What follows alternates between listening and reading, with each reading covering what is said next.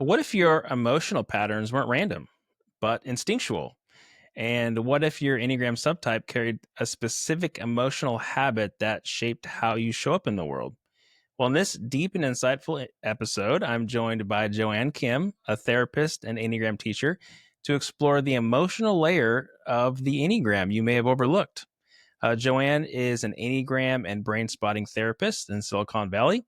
She helps people discover and grow beyond their emotional reactive patterns, massage out their painful emotional knots that keep them stuck, and transform their biggest feelings into their greatest superpower. Joanne, welcome back to the summit. Thanks for having me again. Well, let's just start here. Why are emotions important for personal growth, relationships, professional development? You're the only one that's talking specifically about emotions, and it's one of the most highly requested topics for this summit. So let's just start with why are emotions important? Well, I think about, nowadays, I'm in the Silicon Valley. There's lots of tech development and innovation, AI generated stuff has been kind of the main highlight here. But there really are things that distinguish us as human beings that's different from any other entity, no matter how intelligent they are. And I think that emotions speak to each person's own individuality and uniqueness. Granted, I am a type 4, so obviously I'm going to be talking about authenticity, but in the same way that a group of people can be watching the same exact movie and have wildly different personal takeaways, different interpretations, I think the realm of emotions helps us to distinguish what is true and unique about each person, no matter what kind of family people grew up in, what kind of cultural experience that they've had. I think emotions really speak to our personal values, and that's why it's important for us to know how to understand the language of feelings. For example, the emotion of anger has certain go-to themes like boundaries, agency, will, change, action.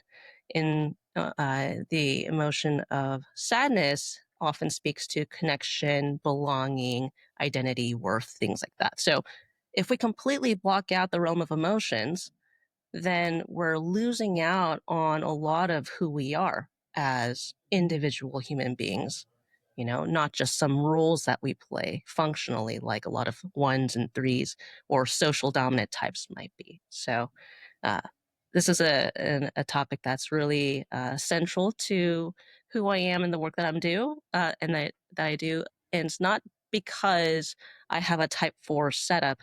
Actually, it's more we tend to overdo the realm of feelings, and fours in general need to dial back, whereas everyone else needs to learn how to step up their game.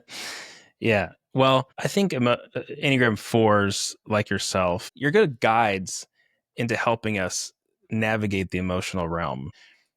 One of the things that you've done was you sort of correlated the big five feelings with the Enneagram, Mhm. and so I'd love for you to just talk about that a little bit. What are the big five feelings, and why have you sort of integrated them or correlated them with the Enneagram? Yeah. So you think about the movie Inside Out, where there's like anger, sadness, joy. I swapped out one of the characters. So I hope no one comes after me, but I took off disgust and I added numbness. So the big five feelings are mad, sad, glad, scared, numb.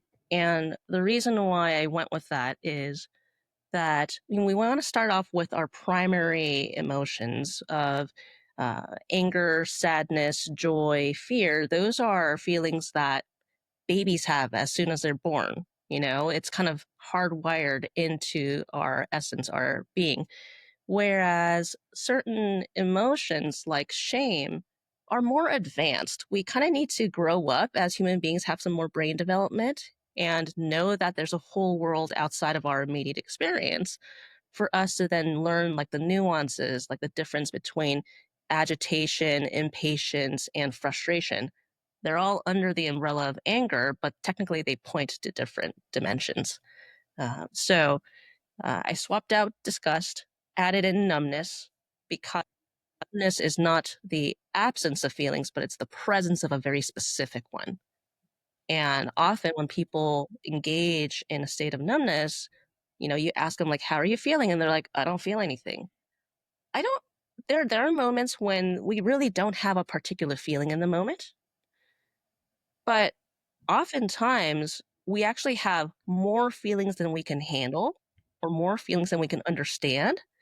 But because our bodies and our nervous systems are too overloaded, there's like a heavy futon or heavy blanket of numbness that covers it all because, especially depending on certain Enneagram types, the main focus isn't to drop inside and figure out what the heck is going on, but it's to focus on what's outside and on what's functional, what's productive, what's action oriented. And feelings, as I've heard some three describe, aren't very aerodynamic. So they're not as useful for people who are focused on getting things done. It's not to say that there are no role for feelings in that situation, but all the types have their own go-to biases, and so that's why emotions kind of have been relegated into the shadows. But in the sense that, you know, for fives, for threes, for ones, there are certain, especially more competency types, dominant self-pres instinct folks, where numbness is one of the go-to emotions, but it doesn't get registered as emotion because you ask someone or you describe someone who's operating in a very like still or very stoic way, they're seen as being more rational or more mature or more responsible. Even though if you like hook everyone up to, these biometric devices, their heart rate is going just as quickly as someone who is emoting, very expressively. So I question when people say that, let's say fives are like the least feeling types. I'm like, no, I think they are just as feeling as other people, but they lead with emotions like numbness, and we can't quite tell from the outside what's going on underneath. Even the person themselves might have gotten so accustomed to numbness that they might have just registered or assumed that they're kind of more of a less emotional, i.e., more rational being. So, to summarize, the big five feelings are mad, sad, glad, scared, numb. Three of them are inherently negative, mad, sad, and scared. One of them is inherently positive, glad, and then numbness is kind of more the neutral gear. I never thought of myself as very emotional Mhm, and would sort of grit my teeth when I wanted to cry around people because I just didn't want them to see that. But mhm, then I told myself, well, I'm not very emotional because I didn't have a desire to express my emotions, but mhm. they're there, and it does increase your heart rate, Right. and it And does affect your body. that is an emotional reaction. Yeah. You know, I am a four, but I am a self-pres four, and you know, the majority of my clients are self-pres fours, and so a lot of them, they have a lot of feelings. It doesn't ever show up on the outside. So even as a therapist sitting in front of them, I'm like, I can't tell what is going on here. I just sense that something is going on. So I ask them, like, can you check how strongly you're gritting your teeth right now? Or like how tense your neck muscles are or your shoulders are. A lot of them have tension headaches. They have difficulty with sleeping. A dental problem is a common thing. So it manifests somewhere. It's just we don't usually associate it with emotions. So a lot of people who tend to shy away from therapy altogether eventually might make their way into therapy because they went to the doctor for all these medical issues. The doctor was like, I don't think this is a biological medical thing. I think you have stress. I don't think you're having a heart attack. I think you're having a panic attack. So here, go, do some soul searching and then see what you find. Mm, So so good. uh, Is this expressions that are more quiet or are more functional usually fly under the radar. And I yeah. think for that same reason, people whose Enneagram types and subtypes have patterns that are naturally more palatable or more functional tend to have a harder time doing their deep inner work versus people whose patterns are so obvious and so, in people's faces that they usually get this like strong reaction or negative feedback. And those are the people who often make their way into therapy space to Mm. then do the work. I've loved your description so far, and especially of the numbness, that numb feeling, and nuancing that. That's really helpful. Anything Mhm. more you want to say on the role of feelings and inner work before we move on to the talking about the centers of intelligence?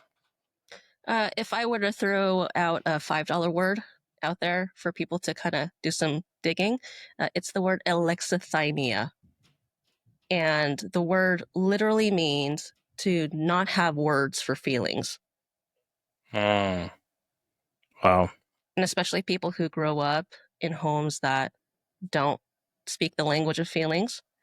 Uh, People don't know how to register things. Our memories are dependent on us being able to describe things into words. That's why there's a difference between uh, conscious memories versus pre-verbal memories. Anything that we've experienced under the age of 5 before we had enough of a handle on language, it's harder to access those kinds of memories because we just don't have the words for it.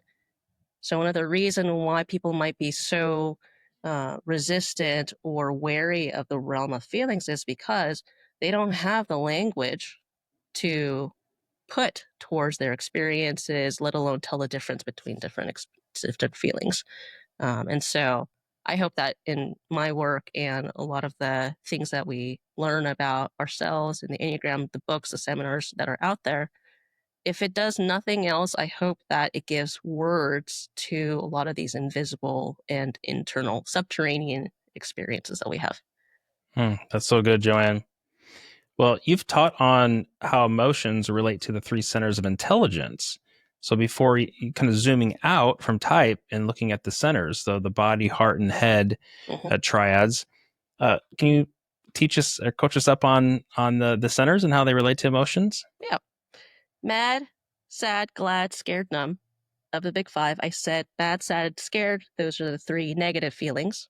And those are the 3 that correspond with the overall centers. Because all the 9 types are, first of all, archetypes of the universal human experience, but they're really where we get stuck in our individual type. And it's not so much about what each type does with their corresponding center of intelligence feeling. It's more that those feelings highlight or speak to certain go to themes that those who are in that triad have more of a personal connection with than people of other triads. So, for example, anger for body types. Anger, I said earlier. So, I mean, last I checked, there's like at least 18 different possible reasons why someone might feel anger, but the sum of it is it's about will, agency, power, agenda. So type 8, let my will be done. Type 9, I have no will, so let me just follow someone else's will. And type 1 is like, let thy, big capital G God, let God's will be done, but having a struggle with my own will, right? All 3 types in the body center have a complicated relationship with anger or a complicated relationship with will, agenda, action, agency. Heart types. With sadness, sometimes it's described as shame. I think Beatrice Chestnut prefers to focus on sadness than on shame for the heart types, but I think they're kind of cousins. They go hand in hand because the central themes of heart types is identity, worth, connection, belonging, intimacy. It's just that the 3 types, the 3 heart types, do different things. So 2s and 3s tend to focus more on connection or admiration, belonging, appreciation at the expense of their identity and authenticity, which is kind of where 4s hang out. So sometimes, when people get into the Enneagram, they're like, oh, I want to know what my type is. I'll eventually figure out what my partner or my kids' types are. But we selectively read up on just our own chapters, right? But sometimes we get a better experience of ourselves when we see it in the context of the other types, that especially the ones that surround it, and especially the arrow types. So heart types, again, being about identity and relationships and connection. We can't really truly see ourselves unless we also account for how we're viewed by others. And we can't see other people accurately if we don't really know ourselves, which is partially why we're learning about emotions and why it's so freaking important. And then head types with fear as the main emotional engine. Fear speaks to themes of safety, security, danger, trust and mistrust, preparation, the ability to take care of oneself or to plan ahead, things like that, right? And 5, 6s, and 7s have different relationships with those central emotions. So I think a lot of Enneagram books that talk about like anger, fear, and sadness, it's important they describe those emotions as being more central, but it's not always clear what to do with that information on a more practical level, you know? And so when I'm working with, because I work with a lot of 9s, 1s, 2s, and 4s, right? So 2 of them in the body types, 2 of them in the heart types. I will say different things depending on which type they are. So if I'm working with a 9, I'm going to be talking about how they need to get in touch with their anger, because the deadly sin of sloth is them disconnecting from themselves and disconnecting from their agency, their will, their agenda, their boundary setting ability. Whereas for 1s, they have a relationship with those things where sometimes they're overdoing agency and they need to learn how to let go of their grip. And in other ways, they need to learn how to allow things to happen and get more in touch with their own personal desires, personal agendas, things like that. So instead of thinking anger is a bad emotion, thinking of anger as, hey, anger is saying on your behalf that you really matter.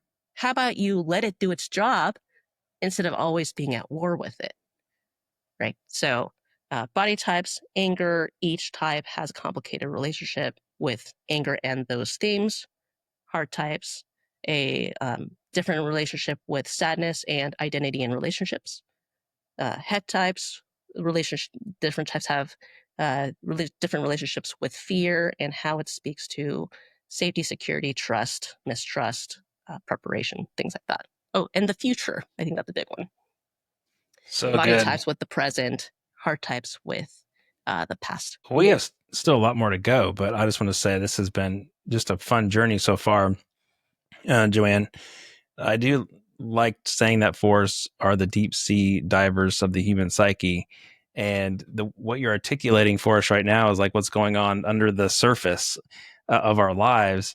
And it's like, wow, somebody just went deep sea diving and came back up and told me what's going on under the hood, and naming things and articulating things so well that it's just utterly fascinating to me as you talk about this. Yeah, this is kind of where it helps being self-pres dominant. Because if I were social and sexual dominant, I don't think I would be showing up the same way. And so I'm trying to bridge the gap between the realm of emotions and a lot of our headiness, especially in the Western Yeah. world. It's not as complicated as people think it is. Yeah. We just never learned the keys to unlock it. Well, let's move from the centers now to the 3 instincts. Mm-hmm. And so self-preservation, social, and sexual. We've been talking about that a lot on the summit so far. Mm-hmm. How do you see the instincts shaping our emotional habits or tendencies? Well, I think instincts might be simpler than exploring all the 9 types. So when new people are dipping their toe into the Enneagram, they're not really sure what type they are. I'm like, just start with the instincts. It's simpler, right? I think a lot of the things that I've said about the centers of intelligence and their corresponding emotions can also, not perfectly, but can also mirror what the instincts' own emotional habits are. So you think about the self-pres instinct corresponding with the head type fear engine stuff, and then the social instinct corresponding with like heart typey stuff, and then the sexual instinct corresponding with body type. It's not a perfect match. So don't quote me on that piece, but I think, I'm trying to take something that's viewed as being very amorphous and, uh, never ending and, infinite, and I'm distilling it into some concrete, practical, bite-sized pieces. Obviously, they're not going to be perfect, but take what works, roll with it for now, and then you can figure out the nuances as you go. So self-pres instinct, a lot of it is compared to the other two, it's the main non-relational instinct. It's focused on what how I'm doing, what's going on in my body, what's going on with my physical environment, more concrete, practical, material things. But habit wise, with respect to other people, self pres folks tend to be more guarded, and they tend to assume that things are safe here inside and things are scarier out there. So naturally, fear would be a pretty go to easier emotion compared to other subtypes within the same type, right? So someone who is a self-pres 9, if you ask them, are you in touch with your fear? They still might, give you this, eyes glazed over look. But compared to the other 9s, it might have more of a deeper connection. So being more guarded, more rigid, more constricted, having the sense for this inside is safer and more comfortable, and the world out there is too scary and wild and unpredictable. So the main emotions of the big five: scared and numb. Numbness because it's a very functional emotion, as I mentioned a lot earlier. It helps people dampen what's going on the inside so that they can focus what's right immediately in front of them. Less so with other people, which is why those who are self-pres dominant tend to have confusion when it comes to relationships, because their dominant instinct isn't aligned with what relationships usually require, which is to be more spontaneous, more having reactions that are more in real time versus what they pre-planned in their heads. Social instinct. A lot of heart type themes will, I think, match with that instinct, again, relative to others within the same type. So the themes of identity, belonging, what function or role can I play in this larger machine or in this larger collective? And so for social instinct folks, it's kind of I think there's more shape shifting involved, because how a person shows up depends on what the context requires or what the context asks for. And I think this can happen on a more immediate level. I don't think everyone is conscious of it, but this is where it's important to distinguish that there's the experience of an emotion and then there's the expression of an emotion. The experience of emotion is always valid. This is what's connected to our core needs and our wants and preferences. But how or whether we express that depends on the specific situation and context that we're in. So, just to kind of digress a little bit, people assume that because the consequences or the ripple effects of an expression of emotion is too scary, they then conclude that I need to lock up the experience of an emotion too. And that's not true. Those are two completely separate processes. But with social dominant folks, the expression of an emotion uh, takes a lot of space. So, if you take that same individual and drop him off into different social contexts, they might operate differently. And so I think the emotions of sadness and especially shame is, I think, a 201 or 301 feeling. It is not just about the topic of I'm good or bad, but it's more, am I lovable? Do I belong? Am I desirable? Am I appropriate in this specific social context? And so there's a greater emphasis on a person's position with respect to a greater group. So for any social dominant types across each of the 9 types, I would pay more attention to the emotion of sadness and the emotion of shame. My husband is a social 1.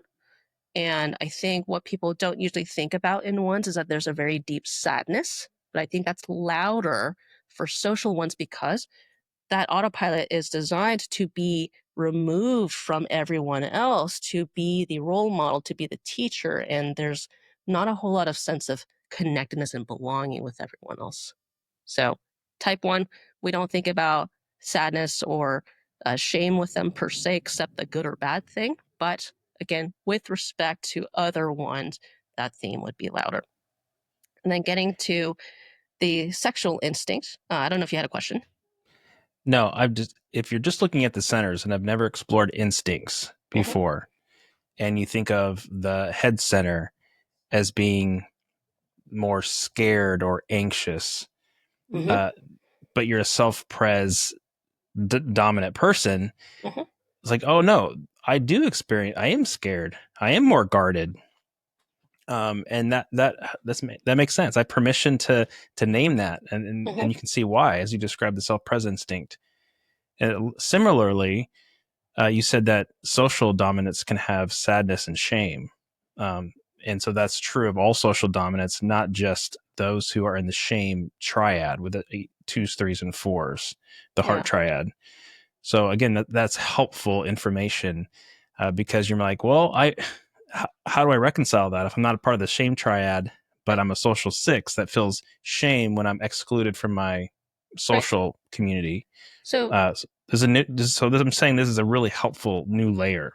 yeah. So part of the reason why I'm describing these things is that it gives people permission outside of whether or not you're a heart type, outside of whether or not you're a four. You have full permission to be a normal human, just like anyone else, because we all have the access to the full range, the full breadth, and the full depth of feelings. But in our types, we've deluded ourselves into thinking that we're just a fragment of who we actually are. And I think that kind of takes us into the sexual instincts, which I think is probably the most misunderstood instinct out of the three, especially in the Western world, because there's a heavy cultural and social value for things that are rational or things that are productive. So self-pres and social instincts, they got those things like in spades, or things that are helpful to the general collective. Well, the themes behind the sexual instinct mirror a lot of what happens in the body types, in that it's about change, dynamism, creativity, innovation. It's breaking away from the norms and the status quo. It's creating something new. It's very wild and charismatic. And so those who tend to be sexual dominant, anger is going to be one of the emotions that they have a very familiar relationship with, whether regardless of how they feel about anger. So sexual one, sexual four, sexual eights, sexual sixes, like even though not all of them are body types, right? Because of sexual dominant instinct, they are more connected with the emotion of anger than their other subtype counterparts. Anger also has a lot to do with intensity and boundaries. And so, anyone who's sexual dominant, one of the things that come with that instinct is the sense of being the person, the special person, the chosen person, the one who stands out. And so anyone who gets closer to their chosen people, it's like they're automatically rivals and competitors or potential threats. And so anger kind of kicks in. It's like, nope, this is a very hard boundary. You better not step out of this and connect with other people. And all y'all, the rest of you, you better not mess with my chosen person. It's like very territorial, right? Often that gets seen more positively when if it's a dude doing it versus when women do it, right? So there are like our cultural overlays that shape our attitude towards different types, different emotions, different instincts. But I think once we unlock the sexual instinct and put it in its rightful place, is what gives us vitality. It rejuvenates us. It gives us our life force. And this is me speaking from personal experience, as I am a self-pres dominant four, but the sexual instinct was also my repressed instinct. So, besides the whole jaw clenching, people used to think that I was a six or a one or a five. No one could really tell what my type was because on the surface, very stoic, hard to read, very productive and functional, but underneath there's a lot of these feelings. Well, part of the reason why I was stuck there and heavily dissociated was because the sexual instinct was locked up. And so a lot of my own personal work in learning how to be more animated was repairing my relationship with anger that I thought in my self-pressed brain, it's scary, it's dangerous, it's unpredictable, it's chaotic, wild, all the judgments that self-pres dominant folks have towards those who are sexual dominant. But now it's more of like, man, this is great. I wish I had, I wish I tapped into this a lot sooner, a lot earlier in my life. I wish I had deeper access to it because, man, I could have totally stood up for myself better, or I could have not absorbed other people's responsibilities as much if I had this anger force field or anger cannon readily available. So, it's important regardless of whether we look at types, whether we look at different emotions, or we look at different instincts, to think about the collective bias towards or away from certain traits. Because what we see isn't always what it actually is. So there's a lot of There's a information. lot of fun stuff we can unpack there. Yeah. But I like the word bias. We do have a bias towards our dominant instinct, I think, and can judge people with other dominant instincts when that can actually help us. Yeah. I mean, there's going to be a panelist also in a different interview. I think you have my bestie Melinda Olson, who is also another Enneagram therapist, but I am where I am now because she is in my life, and we have the opposite sequence of instincts. So I'm self-pres dominant, social second, sexual last. She's sexual two, and social second, self-pres last. So in a lot of ways, there's a lot of friction that came about because my go-to is in her blind spot and her go-to is in my blind spot. And, good chunk of the time we're like, I don't even know what the heck you're talking about. Or I don't know why this is so important to you, but clearly you're fired up, but it's in the process of both of us recognizing that the triggered reactions we have towards the other is because whatever the other person's overly doing is whatever we're underly doing. And that applies to emotions as well. We tend to have stronger judgments towards people who are overly connected with an emotion that's in our own blind spot, Yeah, right? Because makes total otherwise sense. you would feel neutral about them, And so our own reactions towards other people give us a springboard, an opportunity for us to go back inside and figure out, okay, my reaction to this outside person is probably not even about this outside person. It's probably about my own stuff, my own part that I've disconnected with and repressed. Do you want to say anything more? Or are you ready to jump into kind of doing some broad strokes and going around the circle? I know starting with type 4 and kind of working our way around. Is there anything else you'd like to say, or are you ready to No, we'll jump jump right in? in. If we're talking about relationships, I would start with type 2 and then make its way around. If it's about, being more observant and gathering information, I might have started with type 5. So it just so happens that, fours are the autopilots that are more directly connected with the subterranean inner world and the full breadth and depth of all the feelings, right? But again, we have a better sense of who we are when we have other frames of reference to compare with. So instead of like the usual, 8, 9, 1 that, my teachers do, or the 1 through 9 that I think we read about in books, sometimes it helps to mix it up. I like that. Yeah. So you're saying that 4 is kind of the representative type when it comes Yeah. to shadow and emotional Right. depth. And so starting there is a great place.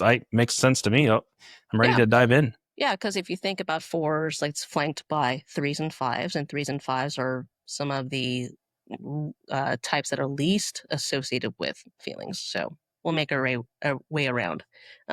Fours, the main thing is that we over-identify with our feelings, think that feelings are king, feelings are everything. How dare you not understand me and my feels? Right? But this is where, if you think about the wheel of thinking, feeling, doing, which corresponds with the centers, right? For fours, the feeling wheel is way too big. And then thinking and doing wheels are way too small. And then we wonder why we always get stuck. The wheel gets stuck. It doesn't get anywhere. And then we just justify that and recycle the same narrative. See, I told you, I knew that I was, a messed up person. Nothing can work out for me. And all that like self-victimizing kind of language that we usually think about with fours, or the ways that fours tend to flounder in professional settings and things like that. It's not because they're inherently bad. It's because they've overly emphasized or overly focused on one part of themselves and ignored the rest. So a lot of the work that I do with fours are like the easiest clients in therapy sometimes because they're the ones who would actually seek therapy. I think that's the majority of the people who are seeking therapy. But therapy is, I think, in another interview that I did with you on the Mental Enneagram Health Touch and Summit. Therapy. Yeah, I mentioned that therapy is a trap for fours because therapy is designed for people to drop inward, focus on their feelings, focus on the past and how it screwed them up, right? But the work that I do with fours, having learned about how the four setup is to do the opposite. I have a more coaching stance Hmm. because sometimes the simplest solution is best. Instead of going into the weeds, into the ocean with them and finding out all the nuanced and complicated ways that they got themselves stuck, sometimes it's like, let's access type 1 stuff. What's the simplest, most efficient way of getting to the heart of the matter? Cut the Gordian knot. Let's get to it. So, fours, the realm of emotions, it's not to say that fours are the best at feelings, because we also have a warped relationship with our emotions, but we overemphasize certain emotional experience and ignore the rest. So ironically, fours say that, we're super authentic or whatever. Well, if we're concealing parts of ourselves, we're not getting in touch with parts of ourselves, I don't know how authentic we could actually be. Yeah, my friend Jesse Eubanks said that he's a four, so I'll press four. And he Mhm. said something to the effect of uh, the exaggeration is a thing. So taking authentic emotions and then exaggerating it to another level. Making a movie out of it. of that what could have that's been where yeah, there's some delusion there. Is they think it's authentic, but it's sort of overdone. It's exaggerated. right. It's like making a movie out of an email where one sentence was required. There's I a like time that and picture. place for that. It's just not all the time. Yeah. So with fours, I think this is kind of where the instincts, emotional habits are the most obvious. So depending for fours, especially, the instinct sequence has some more obvious emotional patterns. So from the get-go, all fours, they locked up glad, they locked up joy. So this is at the bottom of the stack automatically by virtue of being a four. Mad, sad, scared, numb, whatever dominant instinct that they have informs which of these emotions tend to take center stage. So, um, self-pres fours like myself, being counter types, we're gonna be taking over the scared and numb space. Social fours, the quintessential fours, are gonna be taking over the sad emotion.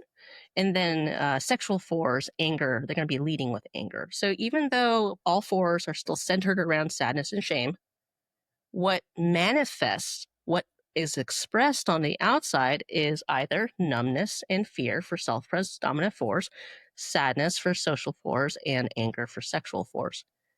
And then this is where repressed instincts also matter. What's at the bottom of the stack? So for me, sexual repressed means that anger is usually locked up as well as joy. For social force, for social repressed force, so either self-pres sexual self-pres, sadness is seen more negatively, is judged more harshly.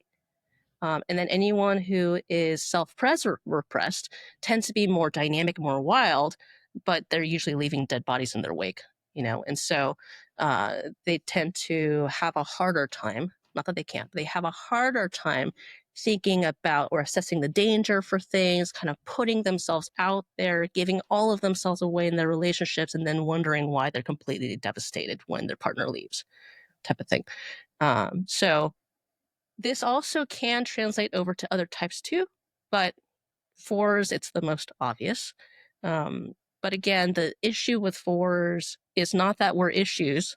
The issue is with fours is that we've completely forgotten what else belongs to us, what's in our blind spot, which is usually what's good about us. So joy is one of the most central antidotes, but for that very reason, it's the hardest to access.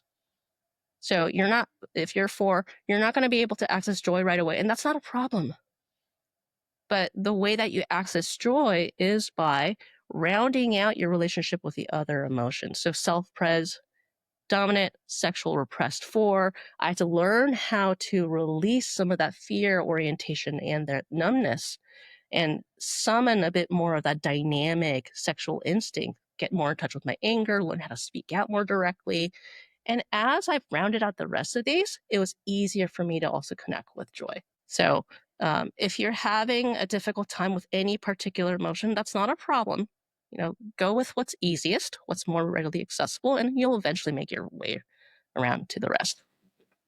I love this discussion, Joanne. You are a boss. You're doing a great job articulating these things and correlating these emotions in ways I've never seen before. So, utterly still fascinated. Do you want to keep moving? Do you want to go to threes now? Yeah, let's go. Okay. Yeah, so threes compared to 4s, disconnecting with their core, their authentic self, and seeking connection or belonging with others, but more towards the practical, functional, performative side. And so, usually, anyone who leads with joy is seen more positively, especially in this part of the world, right? Um, and so, joy is usually one of the more celebrated emotions. And anything that's considered failure or weak or not as valuable, uh, the other emotions will kind of follow suit in accordingly. And granted, um, there are differences between whether someone is male presenting or female presenting, or if there's any other minority dynamics involved, because those who have a minority or an underrepresented identity will have to be more careful as to what they express. Doesn't mean that the emotion that they feel is bad, but whether they or how they express it can have some negative ramifications. And so you're going to have different kinds of cues that, let's say, a male 3 receives versus a female 3 receives. Sadness is one of the least favorite emotions for 3s because it's in the past. It's focusing on the internal stuff. Like, who cares about what's in my inner world? Like, it's all about how I'm viewed by all these other people. And other people don't like doing sadness either. So I'm going to lock that up. But if you take that same 3 and bring it into a different part of the world that emphasizes sadness, I wonder whether they might shapeshift differently. Anger, one of the benefits that it has, it's very action oriented, powerful, dynamic, forward focused. So 3s might have an easier time with anger. Numbness is great. Let's kind of plaster over whatever's going on the inside so that we can pick and choose what image we present on the outside. Fear is harder to track because expressing fear might be taken as a sign of insignificance or failure or whatever. But that fear can still drive a 3 to be more perfectionistic, to crack the whip and things like that. So general overview, if we think for any type about the big 5 feelings, it's a useful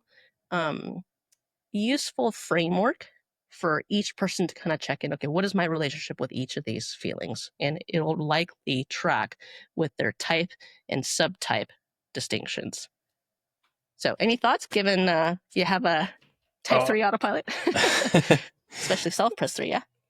I totally agree with you, and find it very fascinating. And again, why it can be 6-like at times being a self-pres 3. A lot of the fear can fuel performance of not looking bad, of wanting to be a success, and so it can drive me harder to work more. Yeah. So that's one of the things that comes to mind. Yeah. So, like, what you do is informed by your subtype, but the why you do what you do is based on your type. Yes. Yes. All right. Let's go to 2. Yeah. So 2s, again, similar with 3s, disconnect from their authentic core, which means they repress the crap out of their own personal opinions, their own personal values, their own personal feelings. And they focus more on other people and what other people want, what other people enjoy, what they desire, etc. So each of the big 5 emotions, it depends on what specific relationship we're talking about, what the 2's instinct sequence is, and what specific context that they're in. So repression is one of the main psychological defense mechanisms of type 2. So numbness is pretty big for 2s. They often can feel like whatever emotion they're in is their authentic emotion, not knowing that their actual feeling might be somewhere completely elsewhere. And it might not show up until later on in the relationship where they see this resentment bubbling up. So anything around being likable, lovable, etc. So similar with 3s, joy is a more accessible emotion compared to the other ones, the more positive one. And having a positivity triad bent, they tend to focus on what's happy, good. I've heard that 2s can be very sensational and enjoy like the fun, enjoyable things in life. Kind of have an Epicurean bent to them. It's because emotions like sadness or anger sometimes is seen as an undesirable trait, depending on who it is, and also depending on gender, experiences, whatever. Anger and sadness might be more locked up.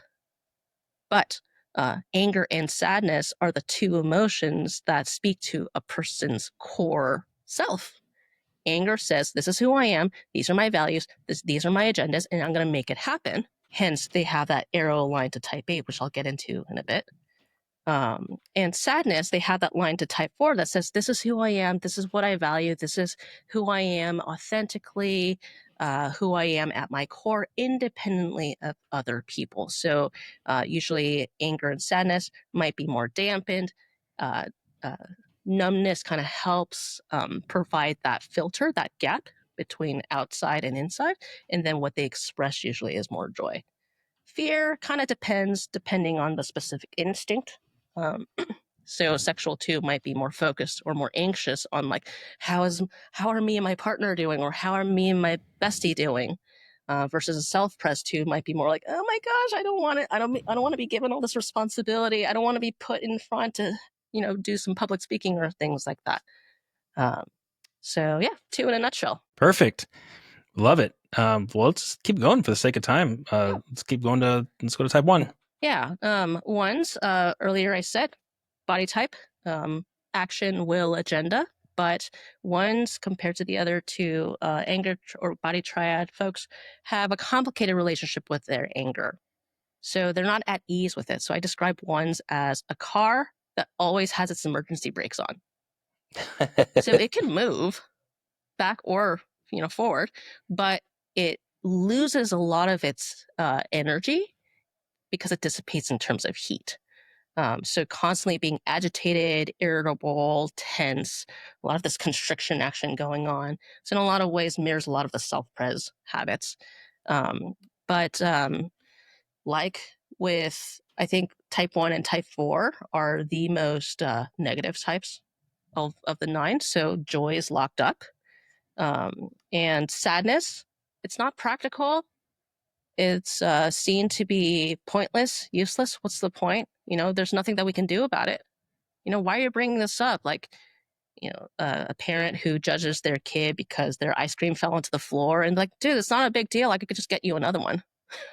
Right? Not knowing that for the kid, their whole entire world fell apart. Right? So in overly focusing on the practical, concrete details, they can kind of disconnect from their own personal humanity as well as other people's humanity. So sadness is one of the least accessed emotions. But again, type 1 has a line to type 4. And then, in terms of joy, type 1 has a line to type 7. So those other types overdo what type 1 underly does. And naturally, being a more functionally oriented autopilot, numbness is one of its favorites, though numbness is a feeling that doesn't get registered as a feeling. So even though 1s overly do it, they think they're being rational, responsible, functional, completely disconnecting from the fact that they are just as emotional of a being as 4s are. But quick, concise. There's a lot more that I could say, but the main thing with type 1s is that everything could be better.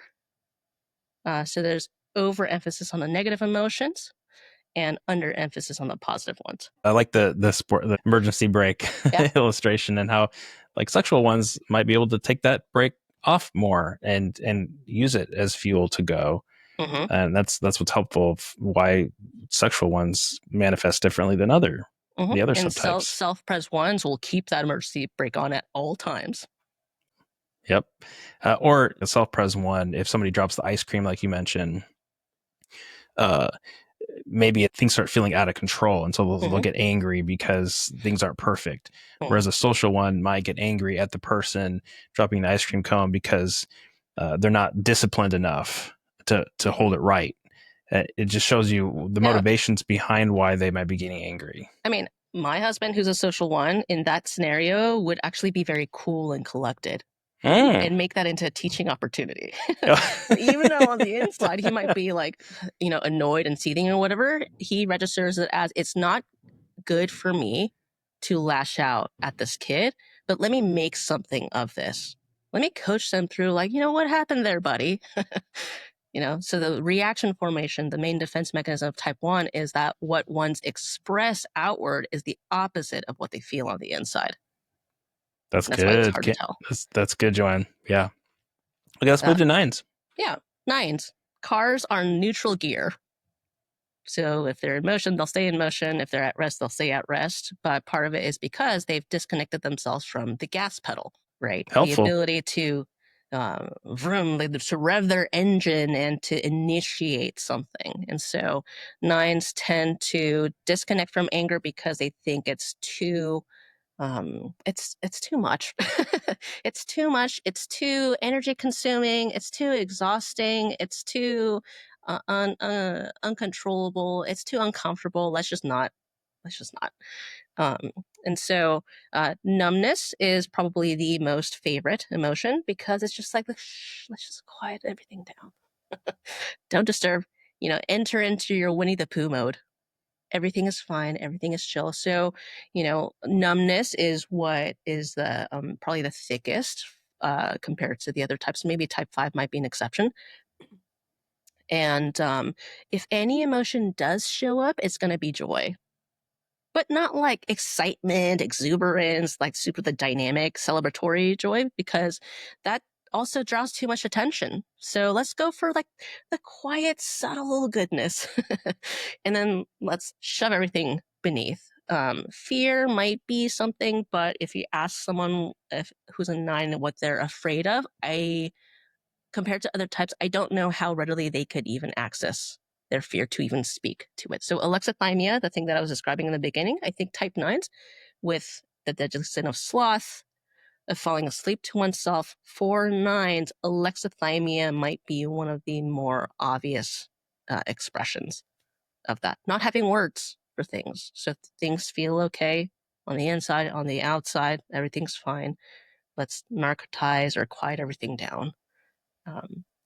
So the downside is that 9s themselves will not have a whole lot of connection with their anger, but their partners will be driven crazy. And their partners will overly feel all the emotions that the 9 underly connects with. So it shows up somewhere in the system, but it's not going to show from the individual themselves. And, the crazy thing is the partners don't even know why they're so mad. But chances are it's because 9s outsource their sense of self, and whoever's around them have taken up over a stronger dose of self. So when a 9 is in a relationship with any other type, doesn't matter which one it is, usually the other person is going to be more irritable or frustrated or angry or whatever, partially because this person will take forever in making any change, and they don't express their opinions and things like that. So this person ends up taking on a lot more of that frustration, resentment, etc. And all the 9 needs to do is, well, that's your problem. That's not my problem. So tricky thing for 9s, but in staying under that futon blanket, they continue to disconnect from themselves until one day, just like the last straw, kicks in, and then they sometimes can black out. They like can explode and release a very high intense version of their feelings. And then in a matter of seconds, it just goes back under that blanket. So they don't even know that they just blanked out. It's like the Winnie the Pooh bear. I've seen a picture. There's a Winnie the Pooh bear that like tears its shirt and it becomes this big grizzly bear. And then after it expresses and releases all that pressure, it comes back into that Pooh mode. Good. And nines, I've heard, need to watch out that they don't see, emotions in others as threats Mhm. and try to neutralize them in peaceful ways. Like, oh, that's not such a big deal. The person harming you was doing this, or this is where they're coming from, and you try to level things out, and that can really make their loved ones mad when you tell anyone who's upset to calm down and see how that works. If only the 9 were more in touch and more familiar with their own emotions so that they don't register it as scary, even though it's uncomfortable. 9s can handle discomfort more than they think they can. So once they access their emotional realm and they're like, yeah, that makes sense. It's okay. You can continue to cry it out. But then they're not going to be as intimidated by other people expressing their affect. It's good. Well, let's move to 8s. 8s. Cars with a huge brick on the gas pedal. Let my will be done. So 8s, I think, are the most obvious expression of like the body type themes of action, agency, will, change, power, movement. Anger is a favorite emotion for that. But the anger patterns are relied on more heavily than the anger theme is relevant. And so this is where a lot of people think that 8s are angry all the time. They're not necessarily angry all the time. They're just speaking their mind, doing whatever they're inclined to do, and they see that other people are in their way. So because of that lack of connection to sadness and fear, anger is a very big, powerful one-up emotion. Sadness and fear are the one-down emotions. Sadness in the young, vulnerable, tender parts of oneself, and the fear and like I can't. This challenge is too big for me. In disconnecting from those two emotions, it's overdo the I'm the biggest, I'm the best, I'm the mightiest. And usually other people tend to feel steamrolled by 8s. So 8s are another one of those types that they don't usually think about coming to therapy because they think that whatever they believe about themselves is the capital T truth. They're usually in therapy because they're in couples therapy, because their partner is about to leave them or something is about to happen, or their partner went and met someone else and the 8 feels betrayed. And then they only double down on their patterns, not knowing that those very patterns are what got them to consider elsewhere in the first place. Not to say that, if anyone's an 8 and their like partner leaves or whatever, it's not to put all the blame on the 8 partner, but it's an important growth step for 8s to know that our actions have impact. And if we experience a negative outcome, the fault doesn't always fall with the other party, as 8s are prone to believing. And so doing that emotional work means, okay, maybe the issue is less so on the outside, maybe it's more on the inside. Let me take my attention away from this big picture thing of what other people are doing and I'm reacting to others as the challenger. It's more, let me focus back on myself, drop into that type 5 space, right? Figure out what the hell is going on in here that is making its way out there. And maybe there is a whole different reality than what I assumed to be true. So when 8s get in touch with those tender emotions of sadness and fear, they become human-sized again so that other people can interact with them as equals, instead of the 8 being a one-up, more powerful entity and others being either the fragile victims that the 8 needs to protect, or the small, puny, helpless, incompetent people that the 8 ends up judging or stomping on. So a lot of that anger, it can be kind of like a drug for eights. So a lot of that growth work involves releasing that, not gravitating towards things that make them feel more powerful, but learning how to release that so that they can connect with their more tender parts.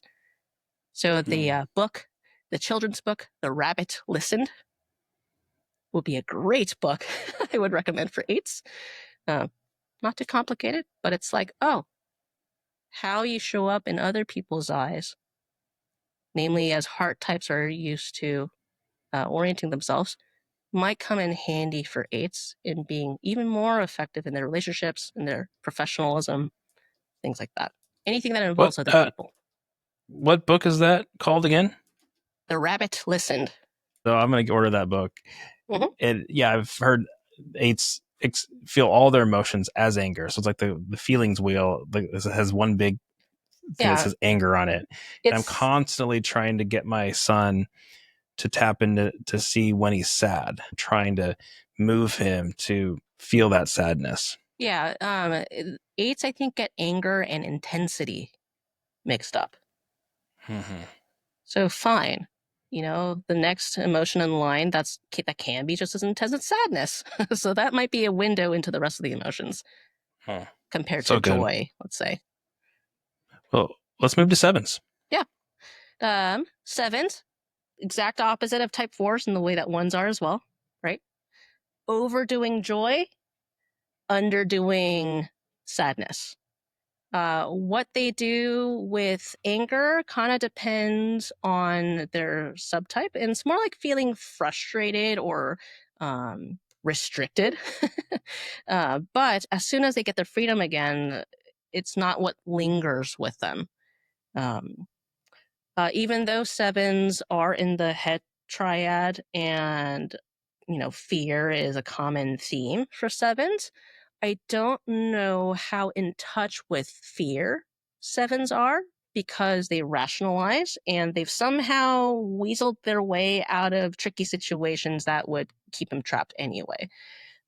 So I think compared to sixes and with fives, I don't know if the portal to inner work would be from a heady space. It's more focusing on whatever they're the most comfortable with, starting with joy. It's like, it makes sense that you would choose something that sounds more fun and etc. But what are some ways by which you seeking to play on your Xbox every day and not doing your homework, like how has that restricted your ability to play on the Xbox?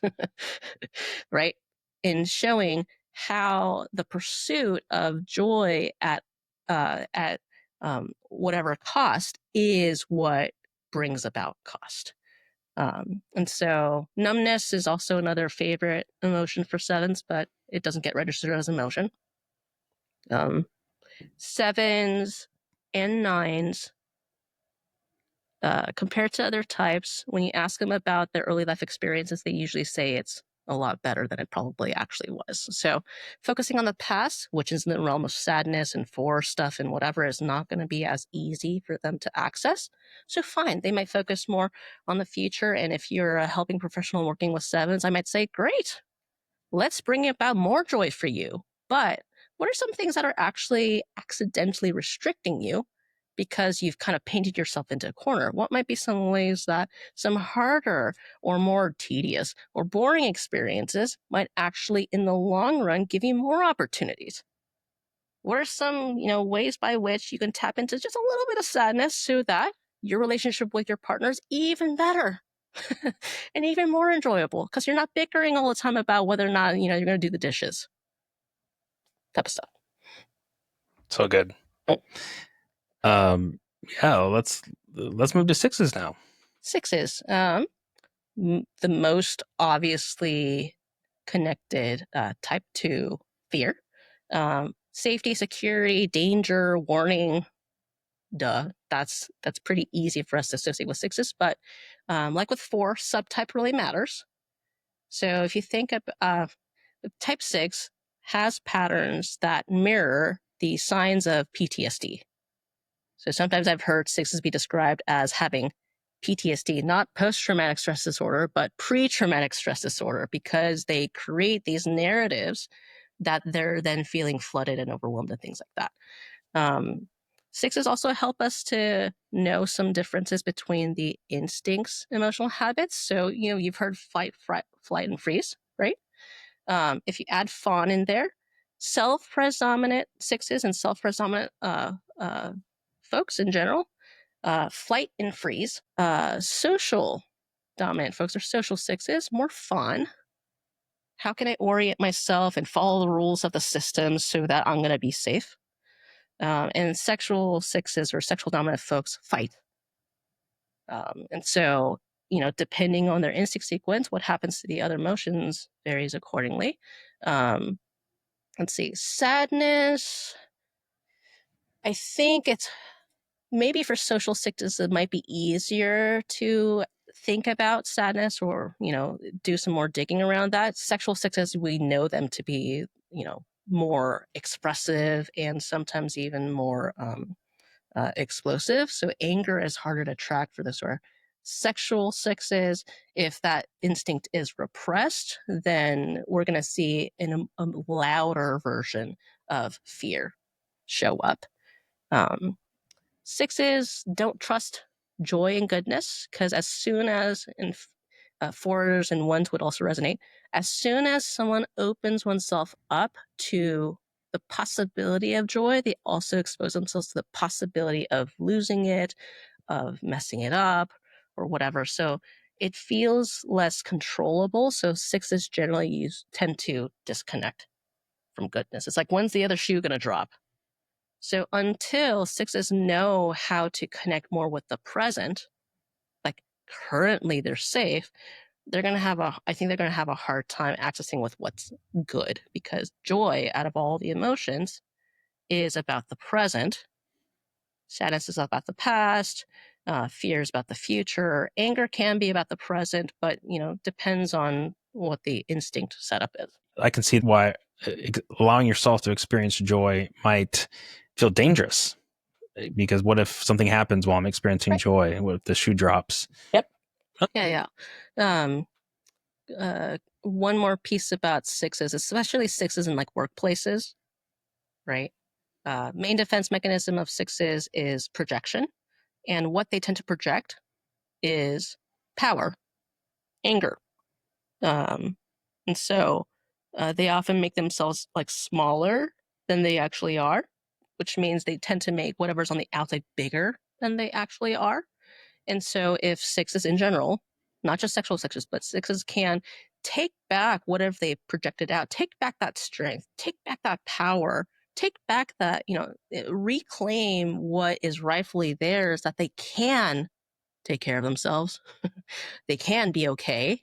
They don't need to either rely on approval or resist a supposed authority figure for them to be okay. They are their own authority figures. So when they take back that power, then they're more able to get in touch with such a scary thing as joy. Because even if the shoe drops, I'll figure it out. Right? They don't have to anticipate something and then kind of relegate that into the shadows. That's good. Well, anything more about sixes? Are you ready to move to fives? Last but not least. Well, I think it's fitting we end with fives, because fives and feelings, it can be a mysterious thing. And whenever there's like relationship panels or Enneagram and relationships, there's always friends, family members, partners saying, "Help me to understand my five." And so, help us, Joanne, to understand fives. One myth about fives is that they're not sensitive, they're heartless, they're unemotional, etc. Uranio Paes, one of my teachers, would argue that fives are one of the most sensitive types, and that's precisely why they have these fortress walls up, because they're so vulnerable, And so it's more part of it. It's kind of a control thing. So the themes that come with a self-present instinct and fives, they go hand in hand. It's about preparation, steadiness, consistency, predictability, invulnerability, being guarded. Right. But what's the deadly sin for five? Avarice. It's like they have this huge fortress with these thick walls and the drawbridge that rarely goes down. And they're living up in their high ivory tower, looking at the rest of the world from a distance, observing. And they wonder why they have this big emptiness inside of them, or why they're panicking about their resources because they've cut off all trade. They've cut off this interconnectedness with the world where they can share and receive resources. So fives, like nines, I think have a more obvious expression of alexithymia. They don't have a language for their subterranean stuff. And because of that, that also disconnects them from other people, because our emotional health and our relational health have everything to do with each other. If we lock up our emotions, we also lock up the potential for connections, right? So numbness, favorite emotion. Second, it might be fear, but I don't know if they would register it as fear. Like sixes, I think they would register it as being practical, responsible, productive, whatever. Anger and sadness. Well, anger is too wild. It's too primal. It's too irrational or whatever. So that gets locked up. Sadness gets locked up because it's like once we open that door, I don't know if it's ever going to stop. So kind of sevenish in a lot of ways, right? I don't know what else I'm going to find there. So let's just not, you know.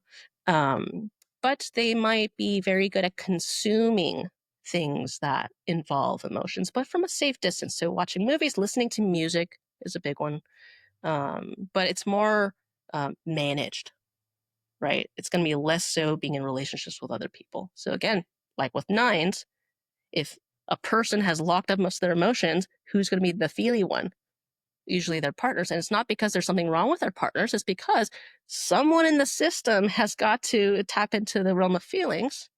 And fives underly do what others overly do, and others underly do what fives overly do. So what the other party, regardless of who they are, oftentimes it's twos, but what the other person needs to do more of is to be more removed, more distant, more disengaged, kind of like fives, because the five has overly done that.